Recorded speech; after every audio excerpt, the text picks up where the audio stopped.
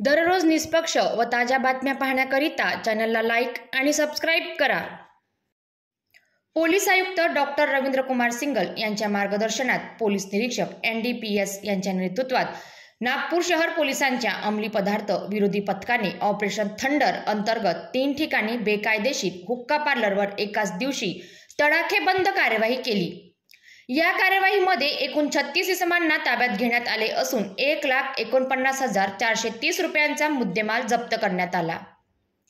पहिली कार्यवाही सीताबर्डी पोलीस ठाण्याच्या हद्दीतील फर्श कॅफे अँड लॉज गोकुळपेठ येथे करण्यात आली। या ठिकाणी 28 इसम हुक्का ओढताना आढळून आले। दुसरी कार्यवाही अंबाझरी पोलीस ठाण्याच्या हद्दीत लक्ष्मी भवन चौकाजवळ हर्ष कॅफे येथे करण्यात आली। या ठिकाणी 6 इसम हुक्का ओढताना आढळून आले।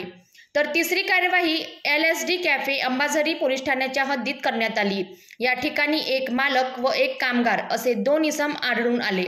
या तिन्ही ठिकाणाहून 46 हुक्का पॉट, 13 चिलम, 55 पाइप्स, हुक्का फ्लेवर्स, लॅपटॉप, सिलेंडर व इतर साहित्य असा एकूण 1,49,430 रुपयांचा मुद्देमाल जप्त करून एकूण 36 इसमांना ताब्यात घेऊन पुढील तपास सुरू आहे।